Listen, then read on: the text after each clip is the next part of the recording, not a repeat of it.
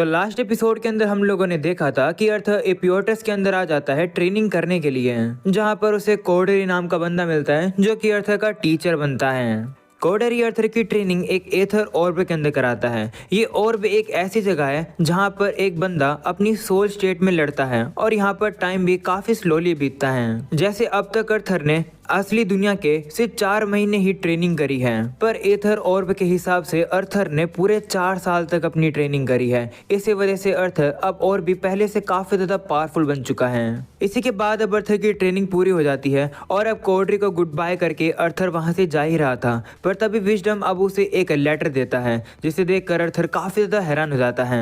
ये सब कुछ हम लोगों ने लास्ट एपिसोड में देखा था। अगर तुम लोगों ने अभी तक वो एपिसोड नहीं देखा है तो आई बटन पे तुम लोग को लिंक मिल जाएगा, फटाफट से उस एपिसोड को देख लो। तो अब बिना टाइम वेस्ट करे हम लोग अभी इस एपिसोड को शुरू करते हैं। पर आगे बढ़ने से पहले अगर तुम लोगों ने अभी तक चैनल को सब्सक्राइब करके ऑल नोटिफिकेशन ऑन नहीं करी है तो ये फटाफट से कर दो। जैसे अर्थर अब उस लेटर को पढ़ता है वो अब काफी ज्यादा उदास हो जाता है, क्योंकि उस लेटर में अर्थर को ये पता चलता है कि जो डायरेक्टर सिंथिया है उसने सभी लोगों को इन्फॉर्मेशन बता दी है दुश्मनों के बारे में। अर्थर अब विजडम से कहता है कि सिंथिया ने जो हमें इन्फॉर्मेशन दी है उसके हिसाब से जो मेरे टारगेट्स होने वाले हैं वो 4 साइथ होंगे। अर्थर के यहाँ पर ये कहने का मतलब है कि उन दुश्मनों को साइथ कहते हैं, बिल्कुल ऐसे ही जैसे दुश्मनों को जनरल भी कहा जाता है। तो टोटल 4 साइथ होने वाले हैं जो कि अर्थर के टारगेट होंगे, यानी कि दुश्मन होंगे मेन वाले। तो विजडम भी कहता है हाँ, जो इन्फॉर्मेशन हमें मिली है उसके हिसाब से 4 साइथ हैं और चारों साइथ के अपने अपने रिटेनर्स हैं। वो रिटेनर्स उन साइथ के पर्सनल सबऑर्डिनेट्स हैं। जो वो रिटेनर हैं वो खुद इतने ज्यादा ताकतवर हैं कि वो एक लेंस को अच्छे से टक्कर दे सकते हैं। तो इसका मतलब है कि वो जो साइथ है वो लेंस से भी काफी ज्यादा ताकतवर हैं। ये सारी इन्फॉर्मेशन अर्थर हमें तब मिली जब तुम वो होन को लेकर आए थे, जो कि उस दुश्मन का था जिसने लेंस आलिया को मारा था। और देखकर लगता है कि वो जो दुश्मन था वो एक रिटेनर ही था।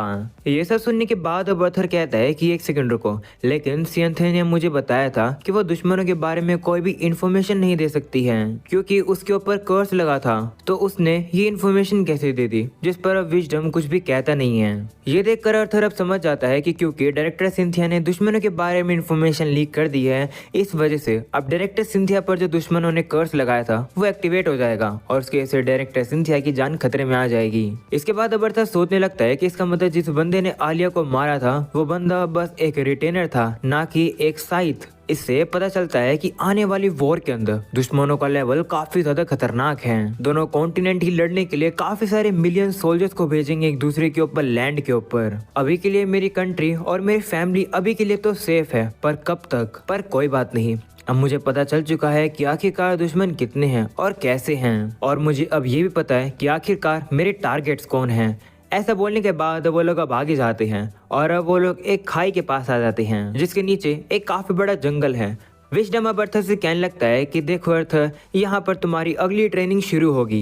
तुम्हें याद तो है ना कि मैंने तुम्हें हमारी इस ट्रेनिंग के बारे में बताया था? तो अर्थर कहता है हाँ मुझे याद है, तुमने मुझे बताया था कि इस ट्रेनिंग के अंदर मैं सिर्फ अपने बैग के सामान को ही यूज कर सकता हूँ और ना ही मैं कोई एक्सटर्नल माना आर्ट को यूज कर सकता हूँ। तो विजडम कहता है हाँ। ऐसा बोलने के बाद वो अर्थर को उसका बैग पकड़ा देता है और कहता है कि तुम्हें पता तो है ना कि तुम्हें क्या क्या चीजों को ऑब्टेन करना है जिसकी वजह से तुम्हारा ये मिशन कंप्लीट होगा।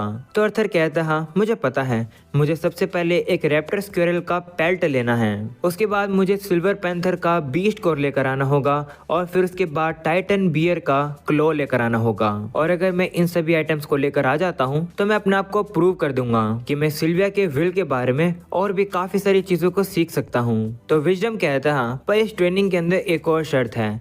ऐसा बोलने के बाद अब वो अर्थर को एक छोटी सी घंटी पकड़ा देता है और कहता है कि तुम अपनी इस ट्रेनिंग के अंदर हमेशा इसे पहने रखोगे। जब तुम सारे आइटम्स को ऑब्टेन कर लोगे तो इस बेल को तोड़ देना, इससे मुझे पता चल जाएगा कि तुम्हारा मिशन कंप्लीट हो गया है। और हाँ याद रखना, सभी आइटम्स को उसी ऑर्डर के अंदर लेकर आना जैसा तुम्हें बताया गया है। जो सुनकर अब अर्थर परेशान हो जाता है और कहता है कि तुम्हारे ट्रेनिंग मेथड्स कितने ज्यादा बेकार हैं। पर अब अर्थर के पास और कोई भी चॉइस नहीं है, उसे इस ट्रेनिंग को पूरा करके अपने आप को प्रूव करना ही होगा। इसलिए वो तैयार होकर अब नीचे कूद जाता है जंगल के अंदर जाने के लिए। अगली सीन में अर्थर के पहले टारगेट को दिखाया जाता है, जो कि और कोई नहीं बल्कि वही रैप्टर स्क्विरल्स है, जो कि अब वहां पर आराम से बैठकर अपना खाना खा रही थी। वही हम लोग अब अर्थर को देखते हैं, जो कि घास के पीछे छिपा हुआ था। जैसे उसे मौका मिलता है वो अब उनके ऊपर हमला करके उन्हें पकड़ने की कोशिश करता है, पर क्योंकि अर्थर के पास वो बेल है, वो बेल अब शोर कर देती है, जिसकी वजह से वो जो स्क्विरल्स होते हैं वो चौकन्ने हो जाती हैं और अब वो अर्थर के हाथों से भाग जाती हैं। जो देखकर अर्थर अब फिर से परेशान हो जाता है और वो जाकर फिर से छिप जाता है। हम लोग अब देखते हैं कि कुछ दिन बीत जाते हैं। अर्थर वहीं पर बैठा बैठा उन रैप्टर स्क्विरल्स को ऑब्जर्व करता है। उन लोग को इतने दिन तक ऑब्जर्व करने के बाद अर्थर को ये बात पता चलती है कि वो जो स्क्विरल्स है वो सिर्फ बेल की वजह से ही इतने ज्यादा चौकन्ने नहीं हो जाते हैं, पर वो जो स्क्विरल्स है वो अर्थर के माना के अगेंस्ट भी सेंसिटिव हैं, क्योंकि ये जो स्क्विरल्स होती हैं फूड चेन में ये सबसे ज्यादा कमजोर होती है। इस वजह से इनकी जो फिजिकल स्ट्रेंथ है इसको, यानी कि इनकी फिजिकल स्ट्रेंथ की कमी को पूरा करने के लिए इन्हें ऐसे तरीके से डेवलप किया गया है कि इनके सेंसेस काफी ज्यादा तेज होते हैं। तो इसका मतलब अगर अर्थर को इन्हें पकड़ना है तो उसे अपनी प्रेजेंस को हाइड करना पड़ेगा। अगले सीन में अर्थर अब ऐसा ही करता है, पर फिर भी वो स्क्विरल्स उसके हाथों से भाग जाती है। जो देखकर अर्थर फिर से परेशान हो जाता है। वो कहता है कि मेरी प्रेजेंस को छुपाना ही काफी नहीं है, मुझे कोई और तरीका ढूंढना होगा। अगले सीन में अर्थर अपने सारे माना को विड्रॉ कर लेता है, जो कि उसकी बॉडी के अंदर सर्कुलेट कर रहा था। ऐसा करने की वजह से अर्थर अब दुश्मनों को भी सेंस नहीं कर पाएगा। इस वजह से वो उस जंगल के अंदर अनप्रोटेक्टिव है, यानी कि दुश्मन उसके ऊपर हमला कर सकते हैं। अर्थर कहता है कि लेकिन कोई बात नहीं, ये एक ऐसा रिस्क है जो कि मुझे लेना ही पड़ेगा, पर फिर भी सारे माना को रिट्रीट करना भी काफी नहीं है इन स्क्विरल्स को पकड़ने के लिए। अर्थर को अब ये भी चीज समझ आ जाती है कि अगर उसे उस स्क्विरल्स को पकड़ना है तो उसे अपने माइंड को भी क्लियर करना पड़ेगा और उसे अपने दिमाग में ये इरादा भी नहीं लाना है कि वो उन स्क्विरल्स को पकड़ने वाला है। जैसे अर्थर ऐसा करता है वो अब देखता है कि वो जो स्क्विरल्स हैं वो अब चारे के अंदर आने लगी है। ये देखकर अर्थर खुश हो जाता है और अब वो उन्हें पकड़ने के लिए जाता है, पर अब वो स्क्विरल्स उसे देख लेती है और तेजी से वहां से भाग जाती है। जो देखकर अर्थर फिर से काफी ज्यादा परेशान हो जाता है। इसके बाद कुछ और दिन बीत जाते हैं, जहाँ पर अर्थर इस बार उन्हें और भी ज्यादा ऑब्जर्व करता है। वो उनकी लिमिट्स को अच्छे से देखता है और काफी सारी नई चीजों को सीखता है। बेसिकली यहाँ की सभी सिचुएशंस को ऑब्जर्व करने के बाद अर्थर ने 3 चीजें समझी हैं। पहली चीज ये कि अगर अर्थर का थोड़ा सा भी प्यूरिफाइड माना लीक होगा तो वो जो स्क्विरल्स है वो अलर्ट हो जाएंगी और फिर उन्हें पकड़ना इम्पॉसिबल होगा। दूसरी चीज जो अर्थर ने सीखी है वो काफी ज्यादा इंटरेस्टिंग है और वो ये है कि अर्थर अगर अपनी बॉडी के अंदर अपने माना को इंटरनलाइज करता है तो तब वो जो स्क्विरल्स है उनका जो अलार्म सिग्नल है वो एक्टिवेट नहीं होता है। पर ऐसा करने के लिए उसको काफी ज्यादा फोकस करना पड़ता है और जितना अर्थर फोकस करेगा उतना ही उसका जो इरादा है उन्हें पकड़ने का वो तेज हो जाता है। इस वजह से फिर वो स्क्विरल भाग जाती है। एंड थर्ड जो कि लास्ट चीज है जो कि अर्थर ने सीखी है वो काफी काम की चीज है। अर्थर ने ये सीखा है कि उसका जो एक्सटर्नल माना फ्लो है वो उन स्क्विरल्स को डराता नहीं है। ऐसा करके तो अर्थर उनके पास भी चला जाता है और वो स्क्विरल्स उन्हें नोटिस भी नहीं करती हैं। इसलिए अर्थर अब दिमाग लगाता है। वो अब अपने माना के एक्सटर्नल फ्लो को यूज करता हुआ अब खाने के पास ही बैठ जाता है। ऐसे करके वो अपनी प्रेजेंस को हाइड भी कर लेता है। इसके बाद अर्थर अब हम लोग को बताने लगता है कि क्योंकि वो एक ऑगमेंटर है तो उसके जो माना चैनल्स होते हैं वो उसके कोर से निकले हुए प्यूरिफाइड माना को अर्थर की पूरी बॉडी के अंदर स्प्रेड करते रहते हैं। इस वजह से अर्थर की जो बॉडी है वो एटमॉस्फेयर के अनप्यूरिफाइड माना को एब्जॉर्ब कर लेती है। इसलिए अर्थर को इस टेक्निक को यूज करने के लिए अपने माना कोर से निकले हुए प्यूरिफाइड माना को और एटमॉस्फेयर से उसने जो माना लिया है उसके बीच में अर्थर को एक बैलेंस लाना पड़ेगा और फिर उसे अर्थर को अपने माना वेन्स के थ्रू यूज करना पड़ेगा। अर्थर अब कहने लगता है कि काफी सालों पहले सिल्विया ने मुझे माना रोटेशन के बारे में सबसे पहले सिखाया था और अब मैं माना रोटेशन को अनकॉन्शियसली भी यूज कर सकता हूँ, जो कि अब मेरी मदद करेगा इस नई टेक्निक को यूज करने के लिए। अगर मैं इस टेक्निक को अगर मैं पूरे परफेक्ट बैलेंस के साथ कर लूंगा तो मैं अपने माना को अच्छे से यूटिलाइज कर पाऊंगा और कोई भी मुझे नोटिस नहीं कर पाएगा और ना ही सेंस कर पाएगा कि आखिर मैं क्या कर रहा हूँ। हम लोग अब देखते हैं कि ऐसा ही होता है। अर्थर अब जैसे ही अपनी आँख खोलता है वो अब देखता है कि उसके सामने तो स्क्विरल्स बैठी होती है और खाना खा रही होती हैं। अर्थर अब इतना ज्यादा खुश हो जाता है कि वो उन्हें पकड़ना ही भूल जाता है। वो अब कहता है यस मैंने ये कर दिखाया। उसकी ये बात सुनकर वो सभी स्क्विरल्स भाग जाती हैं। अगले सीन में अब रात हो जाती है, जहाँ पर अर्थर अब काफी ज्यादा थक चुका है क्योंकि अब उसको अपने माना कोर को बार बार रीसप्लाई करना पड़ता है। इस वजह से उसकी प्रोग्रेस भी काफी कम हो रही है। अर्थर अब कहता है कि अभी भी काफी दिन बीत चुके हैं, पर अभी भी मैं काफी मुश्किल से ही मूव कर पा रहा हूँ और साथ में इस टेक्निक को भी यूज कर पा रहा हूँ। और ऊपर से ये जो बेल है ये शोर कर देती है, इस वजह से मैं अपनी प्रेजेंस को अच्छे से छिपा भी नहीं पा रहा हूँ। अर्थर अब वहाँ पर बैठकर अब सभी लोगों की चिंता करने लगता है। वो कहता है कि आखिरकार सिल्वी कैसी होगी, उसकी ट्रेनिंग कैसे चल रही होगी, मेरी फैमिली कैसी होगी, टेसिया कैसी होगी और इलाइजा कैसा होगा। ये सब सोच कर अर्थर परेशान हो ही रहा होता है, पर वो कहता है नहीं, इस समय पर मुझे सिर्फ अपनी ट्रेनिंग पर फोकस करना चाहिए। जितनी जल्दी मेरी ट्रेनिंग पूरी होगी उतनी जल्दी मैं अपने दोस्तों के पास और बाकी सभी लोगों के पास वापस जा पाऊंगा। इसके बाद अब सुबह हो जाती है। अर्थर फिर से तैयार हो जाता है उन स्क्विरल्स को पकड़ने के लिए और कहता है कि मुझे अपने माना को बर्स्ट में यूज करना होगा, इससे पहले कि वो जो स्क्विरल्स है मेरी बेल की साउंड को सुन पाए। इसी चीज को प्रैक्टिस करने के लिए अर्थर अब ट्री के पास पहुंचने की कोशिश करता है, इससे पहले कि वो बेल बच सके इससे भी तेज। ऐसा करने के लिए अर्थर को एक सर्टेन अमाउंट तक के माना को यूटिलाइज करना होगा, जिससे कि वो एकदम से काफी तेजी से ट्री के पास पहुंच सके। उसे ये सब इतना तेजी से करना होगा कि बेल भी रिंग ना हो पाए। साथ में अर्थर को एटमॉस्फेरिक माना और अपने प्यूरिफाइड माना को भी बैलेंस करना होगा, जिससे कि जब वो स्क्विरल्स यहाँ पर आएंगी तो वो अर्थर की लोकेशन को सेंस ना कर पाए। अर्थर अब ट्राई करने लगता है और अब वो एकदम से काफी इंस्टेंट सामने टेलीपोर्ट होने की कोशिश करता है। तुम कह सकते हो कि अर्थर एक तरीके से टेलीपोर्ट ही हो जाएगा जब वो इतनी तेज स्पीड में आगे जाएगा तो। पर अर्थर जैसे जैसे ये ट्राई कर रहा होता है, हर बार ही उसकी जो घंटी होती है वो रिंग कर रही होती है। इस वजह से अब वो काफी ज्यादा परेशान हो जाता है। वो अब याद करता है कि कोड्री ने भी कहा था कि अपने माना को कंट्रोल करना और अपनी प्रेजेंस को मैनिपुलेट करना काफी मुश्किल होता है, पर अगर तुम इसे सीख लोगे तो तुम अपने अपोनेंट के सेंसेस को कमजोर कर पाओगे और उनसे जीत पाओगे। अपनी प्रेजेंस को पूरी तरीके से इरेज कर देना और फिर अपनी स्पीड को बढ़ाना, जिससे कि तुम अपने अपोनेंट तक पहुंच पाओ। क्या यही वो स्किल है जो कि विजडम मुझे सिखाना चाह रहा है? इसलिए उसने मुझे यहाँ पर भेजा है। अर्थर अब इसी तरीके से अपनी इस टेक्निक को सीख रहा होता है और वो धीरे धीरे करके इसे माहिर कर पा रहा है। वहीं अर्थर को ये सब कुछ करता हुआ देखकर अब विजडम भी सोचने लगता है कि आखिर अर्थर कर क्या रहा है। पूरे 2 हफ्ते बीत चुके हैं। वैसे मैंने अर्थर के ऊपर ज्यादा ही विश्वास कर लिया। मुझे तो लगा था कि अब तक तो उसने स्क्विरल्स को पकड़ लिया होगा। विजडम अब हम लोग को बताने लगता है कि उनकी जो स्क्विरल्स की टेल होती है वही वो चीज होती है जो कि किसी भी माना फ्लक्चुएशंस को और मूवमेंट को एरिया के अंदर जो भी होती है वो उन्हें सेंस कर पाती है अपनी पूंछ के जरिए। पर वो जो स्क्विरल्स होती है वो काफी सिंपल माइंडेड होती है। विजडम अब सोचता है कि अर्थर को बस अपनी प्रेजेंस को इरेज करना है और एक ही जगह पर खड़े रहना है और से बस अपने हाथ पर चारा रखना है और वो स्क्विरल्स अपने आप ही आ जाएंगे उसके हाथों पर। फिर अर्थर उन्हें इजीली पकड़ पाएगा। बस इसे वही करना था। पर लेकिन कोई बात नहीं, अर्थर ने वो स्किल तो सीख ली है जो मैं इसे सिखाना चाह रहा था। वही विजडम अब अर्थर को देख ही रहा था, पर तभी अब वो ये देखकर काफी ज्यादा हैरान हो जाता है कि अर्थर तो दूर खड़ा था और वो दूर से ही अपनी प्रेजेंस को हाइड करता हुआ उन स्क्विरल्स के पास पहुंच जाता है। और इससे पहले कि वो बेल रिंग हो सके उससे पहले ही अर्थर जाकर उन स्क्विरल्स को पकड़ लेता है। तो देखकर विजडम काफी ज्यादा हैरान हो जाता है और कहता है कि अर्थर ने तो मिराज वोक को सीख लिया है, यानी कि वो चीज जो कि असुरास को भी सीखने में काफी मुश्किल होती है। विजडम अब कहता है कि एक इंसानी लड़का होने के नाते अर्थर ने मिराज वोक के फंडामेंटल्स को सीख लिया है। काफी ज्यादा इंप्रेसिव बात है, क्योंकि जो थेटिस क्लैन के लोग होते हैं सिर्फ वही ऐसा कर पाते हैं, इसलिए तो उन्हें सभी क्लैंस के बीच में सुप्रीम माना जाता है। और अर्थर ने तो मिराज वोक को सिर्फ कोड्री को ऑब्जर्व करने के बाद ही सीख लिया। ये तो मैंने भी एक्सपेक्ट नहीं किया था।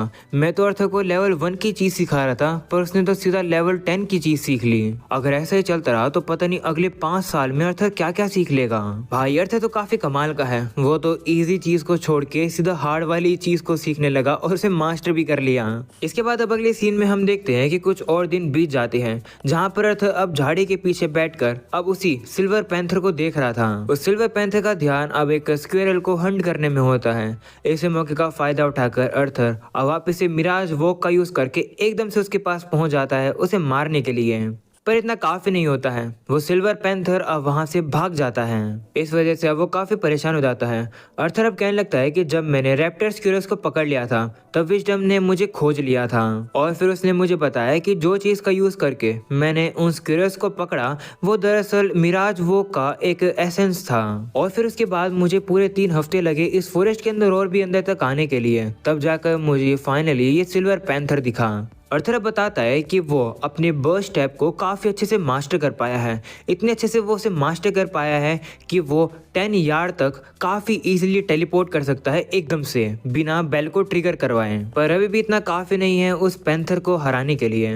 अर्थर नदी के किनारे अपने मुंह को धो लेता है और अब सोचने लगता है कि काफ़ी समय से मैंने कुछ खाया नहीं है। तभी अर्थर का ध्यान ऊपर की तरफ एक चिड़िया पर जाता है जो कि अपने शिकार करने के लिए उस स्क्विरल के ऊपर हमला करने के लिए आती है। अर्थर देखता है कि वो स्क्विरल तो नोटिस भी नहीं कर पाती है और इससे पहले वो चिड़िया आकर उस स्क्विरल को उठा कर ले जाती है। ये देखकर अर्थर काफी ज्यादा हैरान हो जाता है।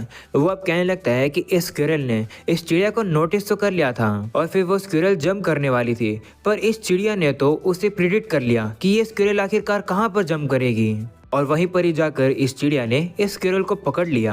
तभी अचानक से फिर से वहां पर एक स्क्विरल आ जाती है और वो चिड़िया फिर से जाकर उसे तेजी से पकड़ लेती है। इस मौके का फायदा उठाकर अर्थर भी उस चिड़िया को पकड़ने के लिए जाता है, पर वो चिड़िया अर्थर के हाथ से निकल जाती है, जो देखकर अर्थर फिर से काफी डिसअपॉइंट हो जाता है और कहता है कि देखकर लगता है कि मेरी बर्स्ट स्टेप अभी भी काफी नहीं है, मुझे इसे और भी ज्यादा बेहतर करना होगा। अगले सीन में हम लोग अब देखते हैं कि अर्थर अब उस बर्ड को पूरे अगले 1 हफ्ते तक ऑब्जर्व करता है। उसे पता चलता है कि ये जो चिड़िया है ये काफी स्टिल्थी है और काफी स्विफ्ट भी है, पर इनकी जो स्पीड है वो इन स्क्विरल से ज्यादा तेज नहीं है। ये तो बस प्रेडिक्ट करती है कि आखिर इनका टारगेट कहां पर जाएगा और वो बस वहीं पर ही हमला कर देती है। और क्योंकि मैं दूर से इस बर्ड को नोटिस कर रहा हूँ इसलिए मैं समझ पा रहा हूँ कि आखिरकार ये बर्ड क्या करने की कोशिश कर रही है। मुझे इसी टेक्निक को इस पैंथर के ऊपर यूज करना होगा, पर ऐसा करना काफी डिफिकल्ट होगा क्योंकि ये जो पैंथर है ये स्क्विरल से काफी ज्यादा अलग होते हैं, क्योंकि ये जो ये वाले पैंथर है ये काफी समझदार हैं। ये इतने स्मार्ट है कि इन्हें पता है कि इन्हें मुझसे भागना है,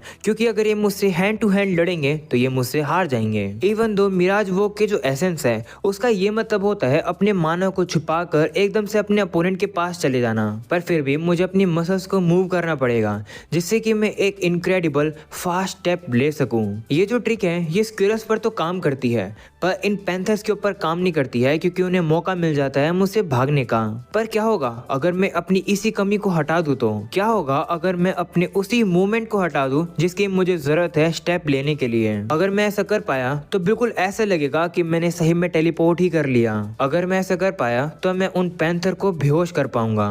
जिसके बाद अर्थर अब याद करता है कि उसने अपनी पिछले लाइफ के अंदर ये सीखा था कि आखिर एक पर्सन की बॉडी के अंदर मस्कुलर सिस्टम काम कैसे करता है। मस्कुलर सिस्टम बेसिकली पेयर्स में काम करता है, हर एक चीज रिस्पॉन्सिबल होती है एक कंप्लीट मूवमेंट कराने के लिए। एग्जाम्पल के तौर पर जब तुम अपने हाथ को अपने शोल्डर तक कर्ल करते हो तो तुम्हारे जो बाइसेप हैं वो फ्लेक्स होते हैं, और जब तुम अपने हाथ को स्ट्रेट करते हो तो तुम्हारे ट्राइसेप्स एक्टिवेट होते हैं। बिल्कुल इसी तरीके से बॉडी के हर एक मसल्स काम करते हैं जब कोई भी मोशन करनी होती है, जैसे कि दौड़ना, जंप करना या फिर वॉकिंग करना।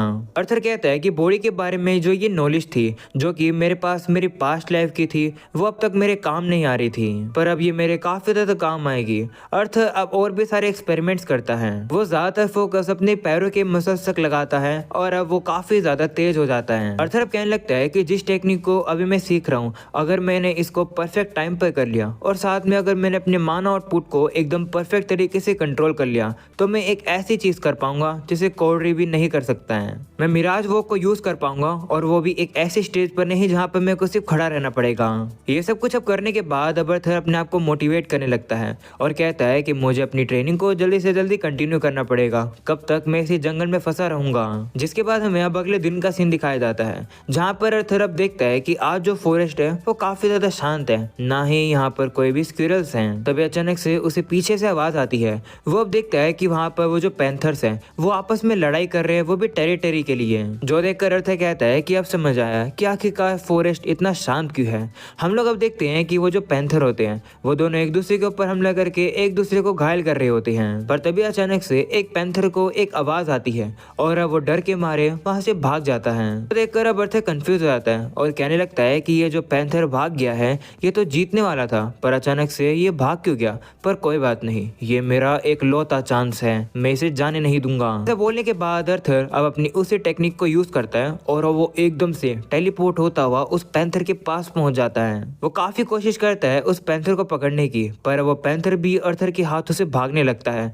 पर जैसे जैसे करके अर्थर उसे पकड़ लेता है, पर वो पैंथर अब अर्थर को अपने नाखून चिबा देता है। वो दोनों अब एक दूसरे को हराने की कोशिश कर रहे होते हैं, पर तभी अचानक से वो लोग अब खाई के पास होते हैं और अब उनका पैर फिसल जाता है और अब दोनों खाई से नीचे गिर जाते हैं। वहीं अर्थर को पता चल जाता है कि ये जो खाई है ये काफी ज्यादा गहरी है, अगर उसने अपने मैजिक को यूज नहीं किया तो वो मारा जाएगा। इसलिए वो अपने मन ही मन में विजडम से माफी मांगता है और वो अपने मैजिक को यूज करके अपने नीचे गिरने की स्पीड को कम कर देता है, जिससे कि अब वो सेफली नीचे लैंड हो जाता है। और अब वो देखता है कि वो तो अब काफी ज्यादा नीचे एक गड्ढे में आ चुका है और वहां पर वो जो पैंथर है वो नीचे गिरने की वजह से मर चुका है। अर्थर यहाँ पर अब वहां से बाहर निकलने वाला ही होता है, पर तभी अचानक से अर्थर को एक काफी ज्यादा खतरनाक प्रेजेंस फील होती है और अब वहां पर हम लोग अब देखते हैं कि एक वहां पर टाइटन बियर आ जाता है, जो कि काफी ज्यादा डरावना लग रहा था। पर अर्थर जैसे ही उसे गौर से देखता है, वो देखता है कि ये तो काफी ज्यादा छोटा है। तो अर्थर कहता है कि शायद से ये भालू का बस बच्चा होगा। जिसके बाद वो जो भालू होता है वो उस पैंथर के पास जाकर उसे खाने लगता है और कहता है कि ये मील है मेरी, मैं इसे कहीं नहीं जाने दूंगा और ये काफी फ्रेश भी है। ये सुनने के बाद अब अर्थर काफी ज्यादा हैरान हो जाता है और सोचने लगता है कि आखिर ये भालू बात कैसे कर सकता है। विजडम ने तो इसके बारे में मुझे बताया ही नहीं था कि ये बात भी कर सकते हैं। तभी अचानक से वो जो भालू होता है वो अब अर्थर की तरफ देखता है और कहता है कि इस पैंथर को तो मैं बाद में खाऊंगा, सबसे पहले मैं तुम्हें खाऊंगा। सुनते ही अर्थर अपने डिफेंस फॉर्म में आ जाता है, पर तभी अचानक से वो भालू अपनी एक पावर को यूज करता है जो कि काफी ज्यादा खतरनाक होती है।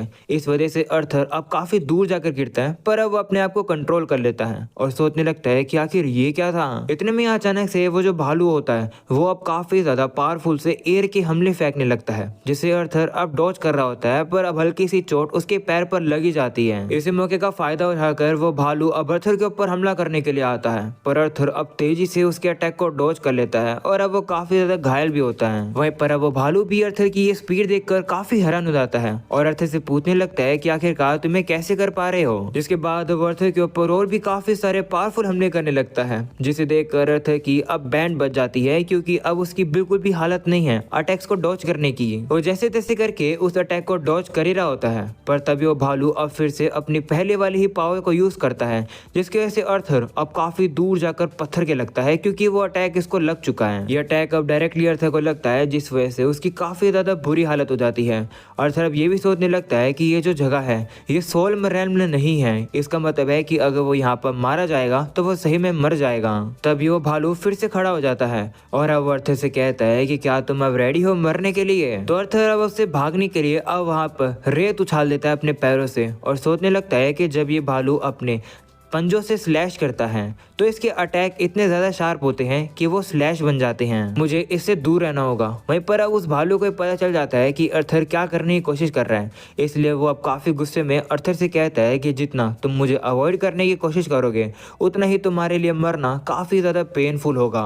तो अर्थर कहते हैं ठीक है, ऐसी बात है तो मैं नहीं भागूंगा। ये सुनते ही वो भालू अब उसके ऊपर हमला कर देता है, जो कि हमला अब अर्थर को डायरेक्टली लग जाता है। अर्थर को अब पता चल जाता है कि उसे इस फाइट को जल्दी से जल्दी खत्म करना होगा, क्योंकि उसके पैर अब काम के नहीं रह रहे हैं। अर्थर के पास अब जितनी भी एनर्जी बची होती है वो उसको यूज करके अब अचानक से उस भालू के पीछे आ जाता है, पर अब क्योंकि अर्थर के पास वो बेल थी वो अब बच जाती है, जिस वजह से उस भालू को अर्थर की लोकेशन के बारे में पता चल जाता है और वो हमला कर देता है। हम लोग अब देखते हैं कि वहाँ तो अर्थर होता ही नहीं है, वो भालू सिर्फ अर्थर की उस घंटी को ही तोड़ देता है। वहीं पर अब उस भालू का ध्यान नहीं होता है। इस मौके का फायदा उठाकर अर्थर एकदम से उसके पीछे आ चुका है। तब अर्थर अपनी पूरी एनर्जी लगाकर उस भालू के ऊपर काफी जोर से मुक्का मार देता है, जिस वजह से अब वो एक पत्थर के जाकर भिड़ता है और अब बेहोश हो जाता है। वहीं पर ये खतरनाक सी लड़ाई करने के बाद अब अर्थर की भी बुरी हालत हो जाती है और वो बेहोश होकर वो भी नीचे गिर जाता है। नीचे गिरने के बाद अब उसका काफी सारा खून भी निकल जाता है। अगले सीन में हम लोग अब विजडम को देखते हैं।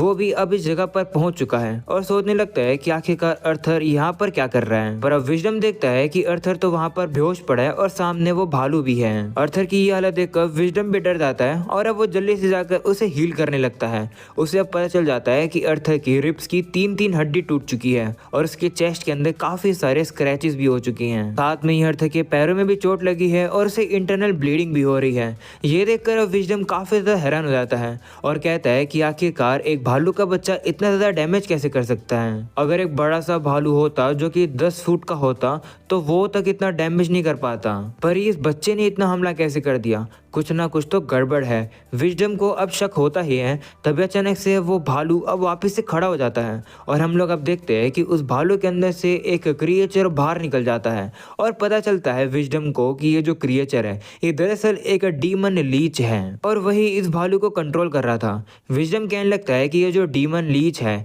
ये एक काफी ज्यादा रेयर चीज होती है। इसके अंदर इंटेलिजेंस होती है, इसके पास एबिलिटी होती है अपने होस्ट को पोजेस करने की और अपने होस्ट की स्ट्रेंथ को और भी ज्यादा बढ़ाने की। ये लीच अपने होस्ट की ताकत इतनी ज्यादा बढ़ा देता है कि एक असुरा के लिए भी इससे लड़ना काफी डेडली हो जाता है। एग्रोना ने भी इन्हीं के ऊपर एक्सपेरिमेंट किया था स्ट्रेंथनिंग सीरम बनाने के लिए और उसी सीरम से लूकास और बाकी के सभी लोग ताकतवर बन रहे थे।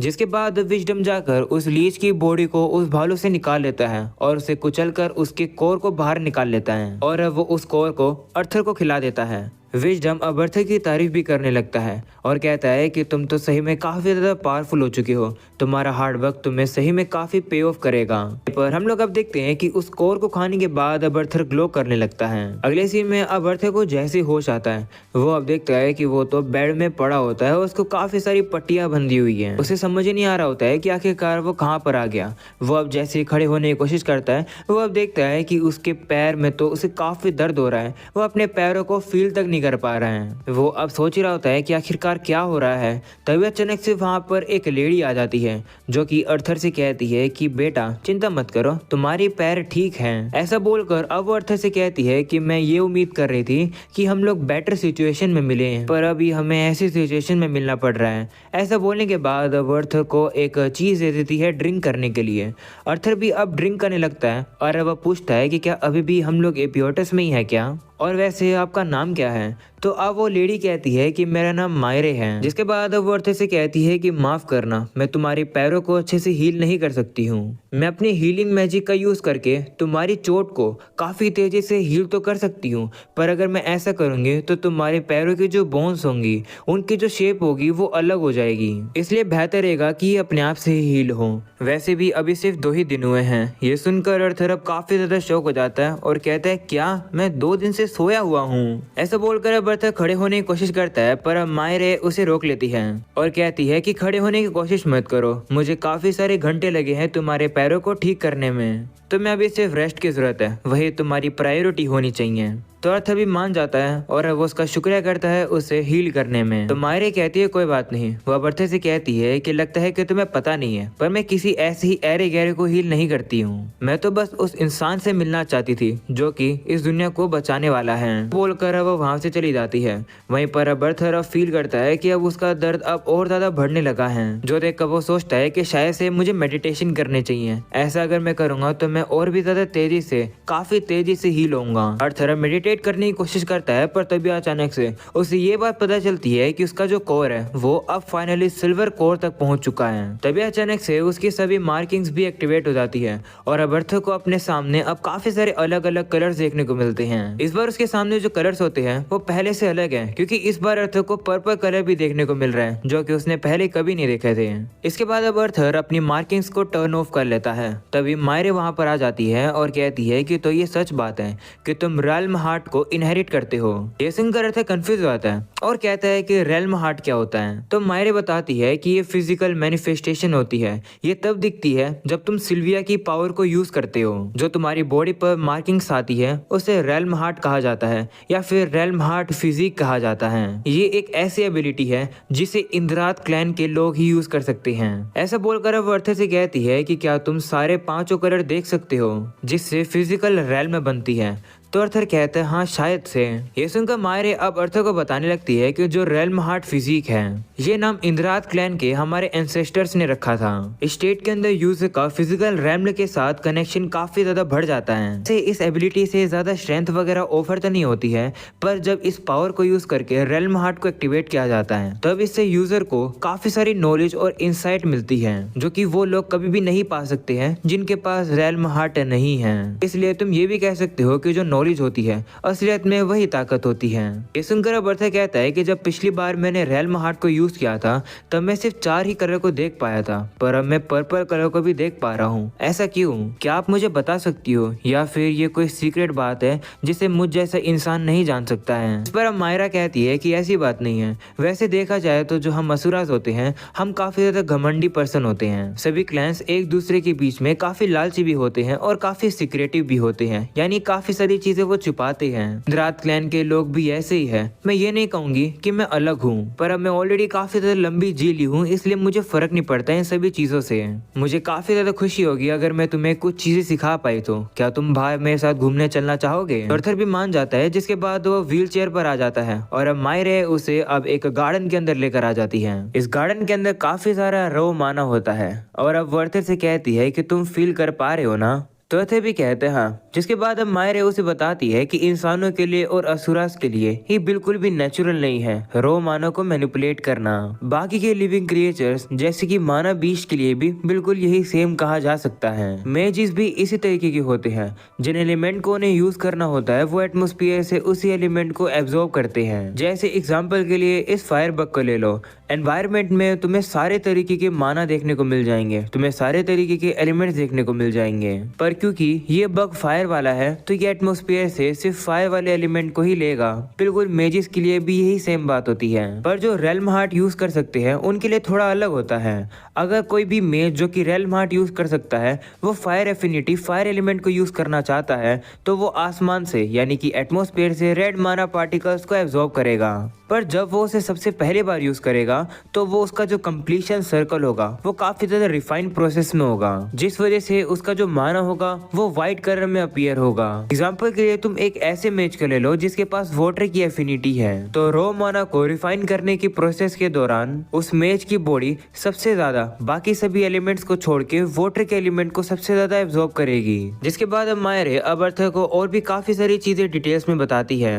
काफी सारी चीजें अर्थर को बताने के बाद वो उससे पूछती है कि तुम एथर के बारे में क्या जानते हो? तो अर्थर कहता है कि मुझे ज्यादा नहीं पता, मुझे बस इतना पता है कि वो केपेबल है टाइम को मैनिपुलेट करने में। तो मायरे कहती है हाँ, इतना तो सभी लोगों के लिए क्लियर है कि जो एथर है वो माना से काफी ज्यादा अलग तरीके से फंडामेंटली काम करता है। माना और एथर की वजह से ही ये दुनिया बनी है, पर जो एथर है वो माना से अलग तरीके से काम करता है। कुछ लोगों को ऐसा लगता है कि जो एथर है वो बिल्डिंग ब्लॉक है हमारी इस दुनिया की, वहीं दूसरी तरफ जो माना है उसी की वजह से लाइफ बनती है और लिविंग चीजें बनती है। सिंपली कहा जाए तो एथर एक गिलास है और जो माना है वो पानी है जो कि उस गिलास को भरता है। बिना माना के गिलास के अंदर पड़े हुए पानी को मैनिपुलेट करना काफी ज्यादा आसान है, पर दूसरी तरफ अगर तुम गिलास को देखो तो गिलास को तुम बिना तोड़े उसकी शेप तुम बदल नहीं सकते हो, तुम उसे मैनिपुलेट नहीं कर सकते हो जैसे तुम पानी को कर सकते हो। खुद इंद्रात क्लैन जो कि एथर को सबसे अच्छे से यूटिलाइज कर पाता है, उन्हें भी अच्छे से डिटेल में नहीं पता है कि आखिरकार एथर कर क्या सकता है, पर जो इंद्रात क्लैन है उनके पास एक ऐसी एबिलिटी है जो कि और किसी के पास भी नहीं है, क्योंकि वो लोग रेल्म हार्ट का यूज करके फिजिकली डिटेक्ट कर सकते हैं कि आखिर एथर कहाँ पर है। और बाकी के लोग क्योंकि वो लोग फिजिकल रेल्म में होते हैं वो एथर को सेंस नहीं कर पाते हैं। सभी लोगों को पता है कि दुनिया के अंदर कुछ ना कुछ लॉ तो होते ही हैं जो कि इस दुनिया को एक साथ इकट्ठा करके रखती है, इसलिए काफी सारे लोगों के लिए इम्पॉसिबल होता है इन सभी चीजों को छेड़ना। ये सारी चीजें बाउंड्रीज में होती है तो बेहतर रहता है कि इन बाउंड्रीज के अक्रॉस ना जाएं। तो अब अर्थर कहता है कि इसका मतलब जब मैंने रेल्म हार्ट को यूज किया था तो जो पर्पल पार्टिकल्स मुझे दिखे थे वो एथर थे। तो अब मायरे कहती है कि हाँ, रेल्म हार्ट यूज करने की वजह से तुम दुनिया की बाउंड्रीज को देख सकते हो। और रही बात माना की, जितनी तुम्हारी कोर की कैपेसिटी होगी उतना ही तुम पानी को मैनिपुलेट कर पाओगे। वहीं दूसरी तरफ अगर तुम एथर को इन्फ्लुएंस कर पाए तो तुम कप को ही कंट्रोल कर सकते हो। ऐसा बोलकर अब अर्थर को बताती है कि बेसिकली 3 कंपोनेंट्स होती है जिनकी वजह से एथर बनते हैं। पहला कंपोनेंट होता है एवम यानी कि टाइम को कंट्रोल करना। दूसरा होता है स्पेतियम यानी कि स्पेस की अथॉरिटी पाना। जिसके बाद आता है वीवियम। इस कंपोनेंट से तुम सारी लिविंग कंपोनेंट्स को इन्फ्लुएंस कर पाओगे। इससे फर्क नहीं पड़ता कि कोई पर्सन कितना भी पावरफुल हो या फिर कितना भी लकी हो, वो पर्सन सिर्फ इन्हीं पाथ में से सिर्फ एक ही पाथ को मास्टर कर सकता है। लेकिन समय के साथ साथ हम कुछ असुरास ने सीख लिया है कि आखिर हमारे एपिटाइट्स की लिमिट क्या है। जो सुनकर अर्थ कहता है कि वो कैसे, तो अब मायरे अब अर्थ को रेल्म स्टेट में जाकर दिखाती है, जिसे देखकर अर्थ काफी ज्यादा हैरान हो जाता है। तो मायरे अब कहने लगती है कि हम लोग ऐसा तभी कर पाते हैं, यानी कि जब हमारी बॉडी के ऊपर ये रूइंस अपीयर होते हैं, जब हम लोग रेल्म हार्ट को यूज करते हैं तब हमारी बॉडी पर ये मार्किंग्स यानी कि जिन्हें रून्स कहते हैं वो हर एक रेल्म हार्ट यूजर के अलग अलग होते हैं। बिल्कुल ठीक इसी तरीके से मेरी बॉडी पर जो मार्किंग्स दिख रही है, इससे ये प्रूव होता है कि मैं वीवियम पाथ की यूजर हूँ। इसी वजह से मैं तुम्हें हील कर पाए। अब एक काम करो अर्थर, तुम भी अपने रेल्म हार्ट को एक्टिवेट करो। तो अर्थर भी उन्हें एक्टिवेट कर देता है। इसके बाद मायरे अब अर्थर का हाथ पकड़ लेती है और कहती है कि मैं तुम्हारी मार्किंग्स को पहले काफी कम समय के लिए देख पाई थी, पर अब इन्हें अच्छे से गौर करने के बाद मैं ये नोटिस कर रही हूँ कि ये काफी ज्यादा कमाल की है। जिसके बाद अब अर्थर एक एक करके अपने सारे एलिमेंट्स को यूज करने लगता है और अब उसे वापस से वही पर्पल कलर दिखाई देता है, जो देखकर मायरे कहती है कि लगता है कि तुम अपने आप को एंजॉय करवा रहे हो। जिस पर अब अर्थर कहता है कि हाँ, ऐसा कैसे हो सकता है कि मैंने पहले ये सभी चीजों को नोटिस ही नहीं कर रहा। तो मायरे कहती है कि तुम एक इंसान हो, तो मैं तुम पर ब्लेम नहीं लगाऊंगी कि तुमने रियलाइज नहीं कर रहा था कि ये फॉर्म एक ऐसी चीज होती है जहाँ पर तुम ऑब्जर्व और स्टडी कर सकते हो उन चीजों को जिन्हें नॉर्मली नहीं देखा जा सकता है। जो एथर होता है वो मानस से काफी ज्यादा फंडामेंटली डिफरेंट होता है। अगर तुम एथर को मैनिपुलेट करने की कोशिश करोगे तो तुम हर बार फेल ही होगे। तुम फिर से यहाँ पर कप में पड़े पानी का एग्जाम्पल ले सकते हो। अगर तुम उसी पानी को अपने मुंह के अंदर डालकर तुम उसे पी सकते हो, उसके साथ गार्गल कर सकते हो, तुम कुछ भी कर सकते हो क्योंकि तुम्हें पता है कि उसे कैसे करना है। पर अगर तुम वही सेम चीज कप के साथ ट्राई करोगे तो तुम फेल हो जाओगे। जो एथर होता है वो हम सभी के अराउंड प्रेजेंट होता है, पर फिर भी ये एक बाउंड्री की तरह होता है जो कि तुम्हें और मुझ जैसे लोगों को लिमिट में रखता है। वीवियम, इस पावर का यूज करके दूसरे लिविंग कंपोनेंट्स को इन्फ्लुएंस किया जा सकता है। इसी पावर का यूज करके मैंने तुम्हारी टूटी हुई हड्डियों को वापिस से ठीक किया। ये सब सुनने के बाद अब अर्थर काफी ज्यादा एक्साइटेड हो जाता है और अब वो उससे पूछने लगता है कि आखिरकार तुमने एथर को अपने हाथों के ऊपर इकट्ठा कैसे किया और तुमने वीवियम का यूज करके मेरे पैरों को हील कैसे किया। अर्थर को इतना एक्साइटेड देखकर मायरे उसे शांत कराती है और कहती है कि जब मुझे पता चला कि जो मेरी एफिनिटी है वो लाइफ की एक ब्रांच है, तो मैंने वीवियम के ऊपर काफी सेंचुरीज तक पढ़ाई करी, पर मुझे लगता कि तुम असलियत में जो जानना चाहते हो उसको मैं तुम्हें कॉन्फिडेंटली बता पाऊंगी। जिस पर अर्थर कहता है कि लेकिन मैं जानना चाहता हूँ। तो अब मायरे कहती है ठीक है। वो उसे बताती है कि जो पहली चीज तुम्हें सीखने की जरूरत है वो ये है कि जो एथर है वो माने की तरह नहीं होता है, इसलिए तुम एथर को एब्जॉर्ब नहीं कर सकते हो। तुम बस उसकी प्रेजेंस को बस चेंज कर सकते हो और रियलिटी के अंदर तुम उसे इन्फ्लुएंस कर सकते हो। जो सुनकर अर्थर कहता है कि इसका मतलब एक कोर की जरूरत नहीं होती है एथर को इन्फ्लुएंस करने में। जिस पर अब मायरे बताती है कि एक पर्सन का जो कोर होता है वही वो चीज होती है जो कि एक बॉडी को फिजिकल रैमले के साथ कनेक्ट करके रखती है। तो जब तक एथर डायरेक्टली मैनिपुलेटेड नहीं होगा जिस तरीके से माना होता है, तब तक माना कोर काफी ज्यादा क्रूशियल है। जब समय आएगा तब तुम अपने पाथ के बारे में सीख जाओगे कि तुम आखिरकार कौन से पाथ पर हो अपने रेल्म हार्ट की फिजिक पर। अभी के लिए तुम अपनी बिगिनिंग स्टेज पर हो, ज्यादा तुम्हें सोचने की जरूरत नहीं है। बस इतनी बात याद रखना कि एक सर्टेन पॉइंट पर जो तुम्हारी कल्टीवेशन होगी वो ज्यादातर डिपेंड नहीं होने वाली है तुम्हारी रोट एबिलिटी पर, जिससे तुम अपने माना को रिफाइन कर पाते हो, पर ज्यादातर ये डिपेंड करेगी तुम्हारे नॉलेज को जो कि तुम गेन करोगे, जिसे तुम पास डाउन नहीं कर सकते हो। मुझे नहीं पता कि अर्थ ये कोइंसिडेंस है या फिर फेट है, पर कोई ना कोई तो कारण है जिसकी वजह से तुम्हारे पास ये एबिलिटी है जो कि काफी ज्यादा लिमिटेड है, जो कि है एथर को यूटिलाइज करने की। तुम गैस कर सकते हो कि ऐसा क्यों है जिसकी वजह से तुम एथर को मैनिपुलेट कर पाओगे। तो अर्थर कहता है कि शायद इसलिए क्योंकि मेरे पास सिल्विया का विल है। तो मायरे कहती है कि नहीं, ये तो बस बिल्कुल एक छोटा सा कारण है, पर ये बस एक एक्चुअल रीजन नहीं है जिसकी वजह से तुम एथर को मैनिपुलेट कर सकते हो। तो अर्थर थोड़ा सोचता है और अब वो समझ जाता है। वो कहता है कि कहीं ऐसा इसलिए तो नहीं है क्योंकि मैं सारे चारों एलिमेंट्स को मैनिपुलेट कर सकता हूँ। जिस पर मायरे कहती है कि हाँ, तुमने सही जवाब दिया, क्योंकि क्योंकि तुम चारों एलिमेंट्स यूज कर सकते हो, इसी वजह से तुम काफी दूर तक देख सकते हो। मायरे अब अर्थर को ये सही बात बता ही रही थी, पर तभी वो नोटिस करती है कि अर्थर के हाथ तो कांप रहे हैं। जो देखकर वो अर्थर से कहती है कि कोई बात नहीं अर्थर, तुम अब अपनी रेल्म हार्ट स्टेट को बंद कर सकते हो, तुम्हें इतने ज्यादा देर तक हैंडल करने की जरूरत नहीं है। तो अर्थर भी मान जाता है और अब अपने रेल्म हार्ट स्टेट को बंद कर देता है। जिसके बाद अर्थर अब उसे पूछने लगता है कि मुझे नोटिस करने के बाद क्या तुम बता सकती हो कि मैं एथर की किस क्वालिटी के लिए सबसे बेस्ट सूटेड रहूंगा। इस पर मायरे अब अर्थर से कहती है कि अर्थर मुझे तुम्हें वार्न करने दो, मैं ये प्रिडिक्ट नहीं कर सकती हूँ कि तुम कॉन्शियसली एथर को कंट्रोल कर भी पाओगे या फिर नहीं, जिस तरीके से हम लोग कर पाते हैं। तुम्हारे पास चारों एलिमेंट्स को मैनिपुलेट करने की एबिलिटी है, साथ में ही तुम्हारे पास एक ड्रैगन का विल भी है और रेल्म हार्ट फिजिक भी है, पर अंत में तुम हो तो अभी बस एक इंसान ही, ना कि हमारी तरह तुम असुराज हो, इसलिए तुम्हारी लिमिट्स हैं। जो सुनकर अर्थर भी कहने लगता है कि हाँ तुम ये सही कह रहे हो। वहीं अब मायरे कहती है कि लेकिन मैं इतना बता सकती हूँ, मैं खुद काफी ज्यादा अनश्योर हूँ कि आखिरकार तुम टाइम को कैसे मैनिपुलेट कर पा रहे हो। तुम कभी भी एवीएम की पाथ पर जाने के लिए बने ही नहीं थे और तुम एथर की मैनिपुलेशन को अच्छे से कर भी नहीं कर पा रहे हो, जबकि तुम्हारे पास सिल्वी की विल भी है। इसलिए ही सिल्विया की तरह तुम्हें बाउंड्रीज को कंट्रोल करना चाहिए था। सारी चीजों को मद्देनजर रखते हुए लगता है कि तुम्हारा जो पाथ है वो पेटीएम है। तो सुनकर अब अर्थर कहता है कि आपने ही कहा कि इससे फर्क नहीं पड़ता कि मेरे पास कितनी नॉलेज होती है, अभी भी पॉसिबल है कि मैं कॉन्शियसली इस एबिलिटी को कंट्रोल नहीं कर सकता हूँ। प्लीज मायरे मुझे बताओ कि आखिरकार मुझे क्या करना होगा जिससे कि मैं इस एबिलिटी को कंट्रोल कर सकूं। मुझे बस इतना पता है कि मेरे पास ये ग्रैंड एबिलिटी है जिसके लिए मैं क्वालिफाई हूँ, पर क्योंकि मैं एक इंसान हूँ इसलिए मेरे ऊपर फिजिकल लिमिटेशन है, इसी वजह से मैं इस एबिलिटी को यूज नहीं कर सकता हूँ। ये मेरे लिए एक बर्डन की तरह है। अर्थर को अब इतना ज्यादा फ्रस्ट्रेटेड देखकर मायरे अब उसे शांत कराती है और कहती है कि अर्थर मुझे भी तुम पर दया आ रही है, तुम्हारी जो पोटेंशियल है वो काफी ज्यादा ही बड़ी है, पर क्योंकि तुम एक इंसान हो इसलिए तुम्हें अपने आप को कंट्रोल में रखना होगा, तुम अपनी ज्यादा लिमिट्स क्रॉस नहीं कर सकते हो। मैंने ये सारी बातें तुम्हें इसलिए नहीं बताई है क्योंकि मैं तुम्हें चिढ़ाना चाहती हूँ, बल्कि मैं तुम्हें ये रिमाइंड दिलाना चाहती हूँ कि तुम्हारे पास ऐसी एबिलिटी है जिसे तुम यूज कर सकते हो।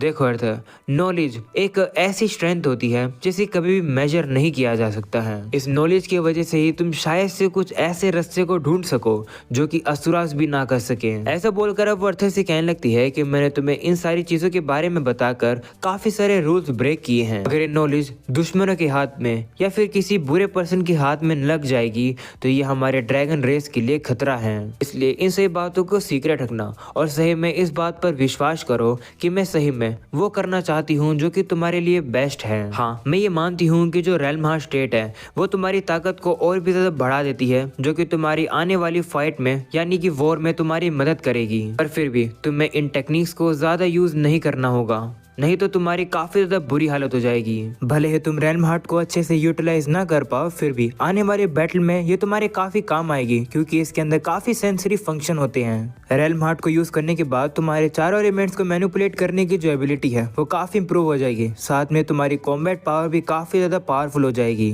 पर वो टेक्निक जो कि फ्लैश स्टेप की तरह है वो तुमने जो क्रिएट करी है वो काफी खतरनाक टेक्निक है, उसी की वजह से ही तुम्हारी ऐसी बुरी हालत हुई है, इसलिए मैं तुम्हें वार्निंग दे रही हो कि प्लीज उस टेक्निक को दोबारा फिर से कभी यूज मत करना। ये सुनने के बाद अर्थर अब काफी ज्यादा शौक आता है और अब वो कहने लगता है कि मैंने इतने सारे हफ्ते लगाए हैं उस बर्स्ट स्टेप को सीखने में, पर अगर मैं उसे यूज ही नहीं कर पाऊंगा तो जो मेरी ट्रेनिंग है वो वेस्ट हो गई। जिसके बाद अर्थर अब उसे समझाने लगता है कि आखिरकार जो मिराज वॉक है वो काम कैसे करती है। ये सुनकर तो मायरे भी हैरान है कि आखिरकार अर्थर ने इस टेक्निक को खुद से कैसे सीख लिया। पर अब मायरे के साथ बात करने के बाद अर्थर को एक चीज क्लियर हो जाती है और वो ये है कि जो टेक्निक वो यूज कर रहा है वो काफी खतरनाक है, इसलिए वो उसे दोबारा यूज नहीं कर सकता है। अगले सीन में अर्थर काफी डिप्रेस होकर अपने रूम में वापस आ जाता है। वो कहने लगता है कि मैं अपने सिल्वर कोर में तो पहुंच गया, ये मेरे लिए एक काफी अच्छा सरप्राइज है और कोडरी के साथ ट्रेनिंग करने की वजह से इजीली मेरी जो रैंक है वो डबल ए क्लास के एडवेंचरर की हो चुकी होगी। भले ही अगर मैं अपना मैजिक यूज ना करूँ तब भी।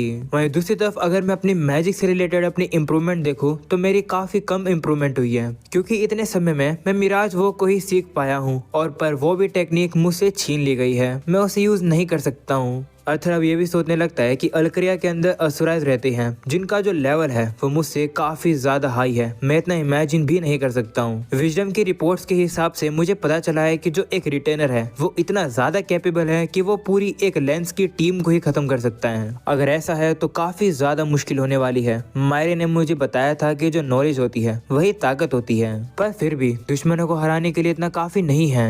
इसके बाद हमें अब थोड़े दिनों बाद का सीन दिखाया जाता है जहाँ पर अर्थर अब फाइनली थोड़ा बहुत चलने लगा है अपने पैरों से।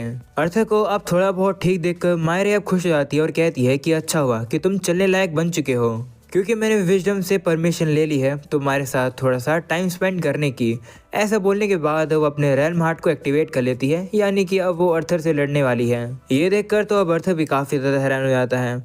जिसके बाद अब मायरे अर्थर को रेल्म हार्ट के बारे में और भी बताने लगती है। वो कहती है कि टाइम डिपेंड करता है कि आखिरकार तुमने क्या अचीव किया है, यानी कि तुम्हारी कैपेबिलिटीज के हिसाब से ही तुम अपने रेल्म हार्ट को ज्यादा समय के लिए या फिर थोड़े समय के लिए यूज कर पाओगे।